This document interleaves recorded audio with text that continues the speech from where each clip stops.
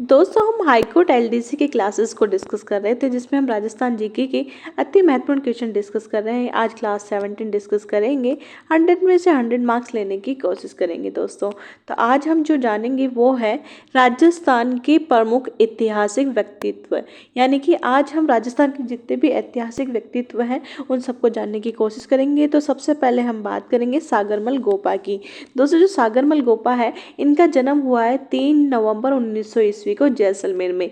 ये हमें याद रखना है क्योंकि ये पूछा जाता है सागरमल गोपा कहाँ के थे, तो जैसलमेर में इनका जन्म हुआ था। इनके पिता का नाम है अक्खीराज गोपा और ब्राह्मण परिवार से थे ये दोस्तों, यानी कि इनके पिता का नाम है अक्खीराज गोपा और ये ब्राह्मण परिवार से थे। इनका उपनाम थार केसरी भी कहा जाता है दोस्तों इनके समकालीन जो जैसलमेर के शासक थे वो थे जवाहर सिंह और दरबार में अक्खीराज गोपा थे दोस्तों। ठीक है, इसके बाद हम देख लेते हैं कि जयपुर शासक जवाहर सिंह ने राज्य में पत्र पत्रिकाओं में प्रकाशन पर रोक लगा रखी थी। दोस्तों जो राजस्थान में जैसलमेर रियासत थी उसमें जो शासक थे जवाहर सिंह, उन्होंने पत्र पत्रिकाओं के प्रकाशन पर रोक लगा रखी थी। तो रोक के बावजूद सागरमल गोपा ने जैसलमेर में सर्वहितकारिणी पाचनालय की स्थापना करी। दोस्तों जवाहर सिंह के रोक के बावजूद भी सागरमल गोपा ने जैसलमेर में सर्वहितकारिणी वाचनालय की स्थापना की थी। अब जवाहर सिंह के अत्याचारों के विरोध में गुंडाराज जैसलमेर की पुस्तक लिखी। दोस्तों ये जैसलमेर का गुंडाराज ये पुस्तक भी इन्होंने ही लिखी थी। किसने? सागरमल गोपा ने। किसके अत्याचारों के विरोध में? जवाहर सिंह के अत्याचारों के विरोध में। दोस्तों अक्खीराज गोपा की मृत्यु के पश्चात 25 मई 1941 ईस्वी को सागरमल गोपा को गिरफ्तार कर जैसलमेर जेल में कैद कर लिया गया। दोस्तों अक्खीराज गोपा जो कि दरबार में थे, उनकी मृत्यु के पश्चात 25 मई 1941 को सागरमल गोपा को गिरफ्तार करके जैसलमेर की जेल में कैद कर दिया गया था। जेल में रहने के हुए इन्होंने एक पुस्तक ली थी, कौन सी? आज़ादी के दीवाने। इनकी 2 पुस्तकें हो गई, जैसलमेर का गुंडाराज और दूसरी होगी आज़ादी के दीवाने। तो इन्होंने कौन सी जेल में रहते हुए लिखी थी? आज़ादी के दीवाने। दोस्तों इनके अलग एक और पुस्तक है, वो कौन सी पुस्तक है? रघुनाथ सिंह का मुकदमा। यानी कि इनकी 3 पुस्तकें हो गई, जैसलमेर का गुंडाराज, आज़ादी के दीवाने और रघुनाथ सिंह का मुकदमा। 3 पुस्तकें इन्होंने लिखी है। 4 अप्रैल 1946 ईस्वी को थानेदार गुमान सिंह द्वारा गोपा जी को जिंदा जला दिया गया। दोस्तों जब जेल में बंद थे ना सागरमल गोपा जी, तो वहाँ का जो थानेदार था गुमान सिंह, उसने गोपा जी को जेल में ही जिंदा जला दिया 4 अप्रैल 1946 को। इस हत्याकांड की जांच भी की गई, तो जांच करने के लिए गोपाल स्वरूप पाठक आयोग का गठन किया गया। ये पूछा जाता है कि किस गोपा जी के हत्याकांड से रिलेटेड कौन सा जांच आयोग था, तो ये गोपाल स्वरूप पाठक आयोग का गठन किया गया था।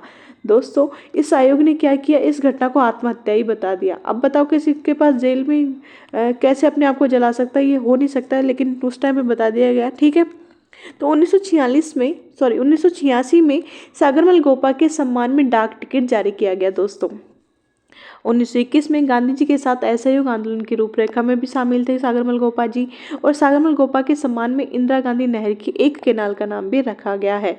दोस्तों सागरमल जो गोपा थे उनके सम्मान में इंदिरा गांधी नहर की एक शाखा, एक कैनाल का नाम भी रखा गया है। इसके अलावा इन्होंने असहयोग आंदोलन में भी गांधी जी का साथ दिया था 1921 में, और 1986 में इनके सम्मान में डाक टिकट जारी किया गया था। एक बार वापस देख लेते हैं सागरमल गोपा को।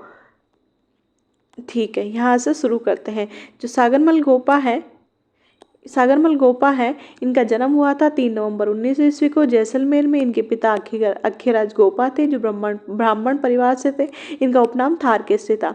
समकालीन जयपुर जैसलमेर के शासक कौन थे? जवाहर सिंह। अब इनके पापा जो अक्खीराज गोपा थे वो कहाँ थे? दरबार में थे, जवाहर सिंह के दरबार में थे। जैसलमेर शासक जवाहर सिंह ने राज्य में पत्र पत्रिकाओं के प्रकाशन पर रोक लगाई थी। उसके बावजूद भी सागरमल गोपा ने क्या करा? सर्वहितकारिणी वाचनालय की स्थापना कर दी। अब जवाहर सिंह के हत्यारों के विरोध में उन्होंने एक पुस्तक भी लिख दी, गुंडाराज जैसलमेर का, है ना। लेकिन अक्खीराज सोनकरा जो इनके पापा थे उसकी वजह से जवाहर सिंह कुछ नहीं कर पा रहा था। लेकिन जैसे अक्खीराज गोपा की मृत्यु हो गई 25 मई 1941 को सागरमल गोपा को गिरफ्तार करके जेल में डाल दिया गया। अब जेल में रहते रहते उन्होंने एक और पुस्तक लिख दी, आज़ादी के दीवाने। आज़ादी के दीवाने के अलावा उनकी एक और पुस्तक थी, रघुनाथ सिंह का मुकदमा। 4 अप्रैल 1946 को थानेदार गुमान सिंह ने सागरमल गोपा को जिंदा जला दिया था थाने में ही। अब इस हत्याकांड की जाँच के लिए कौन सा आयोग स्थापित किया गया? गोपाल स्वरूप पाठक आयोग। और इस आयोग ने क्या बोल दिया? भैया ये तो आत्महत्या थी। ठीक है, 1946 में अब सागरमल गोपा मर गए तो उनके सम्मान में डाक टिकट जारी किया गया 1986 में। असहयोग आंदोलन में गांधी जी का साथ भी दिया था रूपरेखा के लिए 1921 में इन्होंने, सागरमल गोपा ने। और सागरमल गोपा के सम्मान में इंदिरा गांधी नहर की एक कैनाल का नाम भी सागरमल गोपा शाखा रखा गया है। दोस्तों अब हम देख लेते हैं केसरी सिंह बारट। जो केसरी सिंह बारट है, इनका जन्म कब हुआ दोस्तों? इनका जन्म हुआ है 21 नवंबर 1872 को देवपुरा गांव शाहपुरा भीलवाड़ा में। कहाँ हुआ है? देवपुरा गांव शाहपुरा भीलवाड़ा में, ये हमें याद रहना चाहिए। इनका उपनाम था राजस्थान केसरी। वर्तमान में बारट जी का खेड़ा भी कहा जाता है किसे? देवपुरा गांव को। ठीक है, पुस्तकें कौन कौन सी थी केसरी सिंह बारट की? रूठी रानी, प्रताप चरित्र, दुर्गादास चरित्र और राज सिंह चरित्र। दोस्तों हमें कुछ पता हो ना हो, इनकी पुस्तकों का जरूर पता होना चाहिए। रूठी रानी, प्रताप चरित्र, दुर्गादास चरित्र, राज सिंह चरित्र की पुस्तकें थी। किनकी पुस्तकें थी? केसरी सिंह बारट की। इनका उपनाम क्या था? राजस्थान केसरी। इनका जन्म कहाँ हुआ? देवपुरा गांव में शाहपुरा भीलवाड़ा में 21 नवंबर 1872 को। लेकिन वर्तमान में इसे बारट जी का खेड़ा कहते हैं। आगे बढ़ते हैं दोस्तों। जो केसरी सिंह बारट है, इन्होंने 13 सोरठे लिखी थी। चेतावनी चुंगटिया डिंगल भाषा में लिखा। ठीक है, मतलब जो चेतावनी चुंगटिया है वो 13 सोरठे हैं और ये डिंगल भाषा में है। इंपॉर्टेंट बात है, इसे लिख लेना है अंडरलाइन करके। ठीक है, 1902 और 1907 ईस्वी में कोटा में सुपर इंटेंडेंट एथनोग्राफी के पद पर भी कार्यरत थे। दोस्तों जो केसरी सिंह बारट थे हमारे, ये कहाँ थे? कोटा में एक सेकेंड सॉरी कोटा में ये सुपर इंटेंडेंट एथनोग्राफी के पद पर कार्यरत थे। कब से कब तक? 1902 से 1907 में।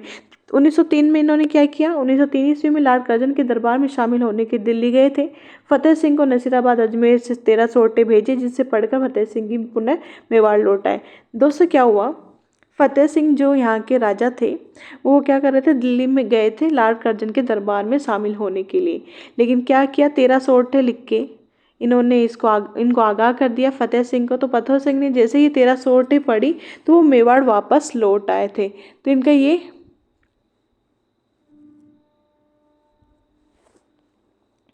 1910 ईस्वी में वीर भारत सभा की स्थापना की गई।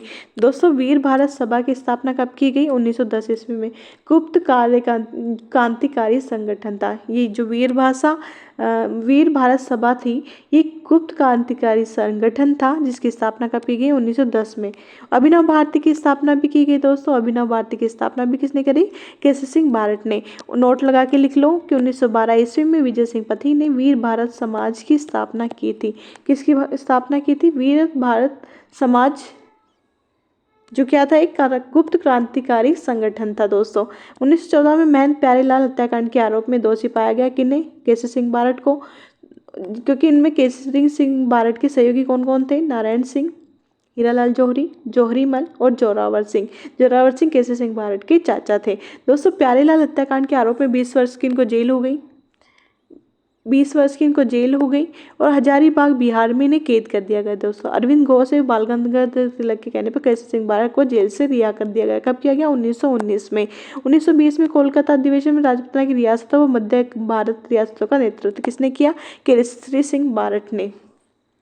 यानी कि देखो, प्यारेलाल हत्याकांड में इनको 20 साल की कैद हो गई। प्यारेलाल हत्याकांड में इन्हें 20 साल की कठोर सजा हो गई, लेकिन इन्हें हजारीबाग जेल में कैद तो कर दिया। लेकिन क्या हुआ? 1919 में अरविंद घोष और बाल गंगाधर तिलक के कहने पर इनको जेल से रिहा कर दिया गया दोस्तों। तो 1920 में इन्होंने क्या किया? कोलकाता जो में अधिवेशन हुआ था, उसमें राजपुतना की रियासत में मध्य भारत रियासतों का नेतृत्व किया। यानी कि इन्होंने इन्होंने कोलकाता अधिवेशन यानी कांग्रेस के अधिवेशन उनमें पार्ट लेना शुरू कर दिया और वहाँ पे राजपुतना को नेतृत्व कर दिया। राजपुतना और राजपुतना की रियासतें थी, उन सब का इन्होंने नेतृत्व करना शुरू कर दिया। 1922 में इन्होंने क्या किया कि केसरी सिंह बारट कोटा पहुँच गए। 1922 में कोटा आ गए। 1929 में केसरी सिंह बारट पुनः अहिंसावादी बन गए कि पहले अहिंसावादी थे, अब अहिंसावादी बन गए। 1941 में केसरी सिंह बारट का निधन हो गया। दोस्तों इनका एक कथन था, मेरा एक और सुपुत्र भारत माँ की आज़ादी हेतु शहीद हो गया। प्रताप सिंह बारट की शहादत पर इन्होंने ऐसा कहा था। आज़ादी छीननी पड़ती, इन्होंने ये सब कहा था। ठीक है दोस्तों, इसी के साथ हमारा ये वीडियो समाप्त होता है। प्लीज़ लाइक से सब्सक्राइब।